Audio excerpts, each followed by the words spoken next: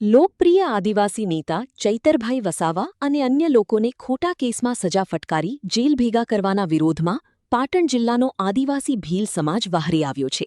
સમગ્ર સમાજ દ્વારા એકત્રિત થઈને મુખ્યમંત્રીશ્રીને સંબોધતું એક આવેદનપત્ર આજે પાટણ કલેક્ટરને પાઠવવામાં આવ્યું હતું, જેમાં ચૈતરભાઈ વસાવાને સત્વરે ન્યાય આપી મુક્ત કરવાની માંગ કરાઈ છે. આદિવાસી ભીલ સમાજના આગેવાન મફતલાલ ભીલે આક્રોશ વ્યક્ત કરતા જણાવ્યું હતું કે ગરીબ આદિવાસી ખેડૂતો પર વનકર્મીઓના અત્યાચાર સામે ચૈતરભાઈ માત્ર સમજાવટ માટે ગયા હતા, પરંતુ તેમની સામે લાફાબાજીનો તદ્દન ખોટો કેસ ઊભો કરી 7 વર્ષની સજા ફટકારવામાં આવી છે. આ કાર્યવાહી આદિવાસીઓનો અવાજ દબાવવા માટેનું સુનિયોજિત અને રાજકીય કિન્નાખોરીપૂર્વકનું પગલું હોવાનું જણાવ્યું છે.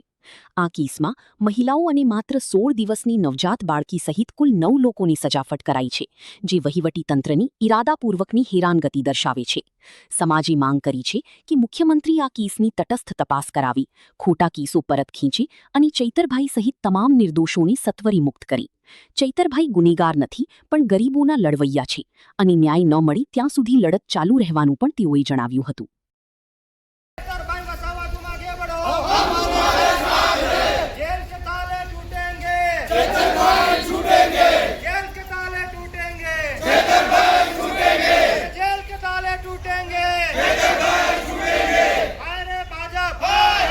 મુખ્યમંત્રી સાહેબ આ બાબતે ઊંડો અભ્યાસ કરે, તપાસ કરે કે જે સજા 9 જણે થઈ એમાં 16 વર્ષના બાળકે શું ગુનો કર્યો તો તેમને જેલમાં મોકલવામાં આવ્યો, તો બહેનોએ શું ભૂલ કરી તો એમને આ સજા થઈ છે. જે ઈરાદાપૂર્વક કિન્નાખોરી રાખી અને આ સજા કરવામાં આવી છે.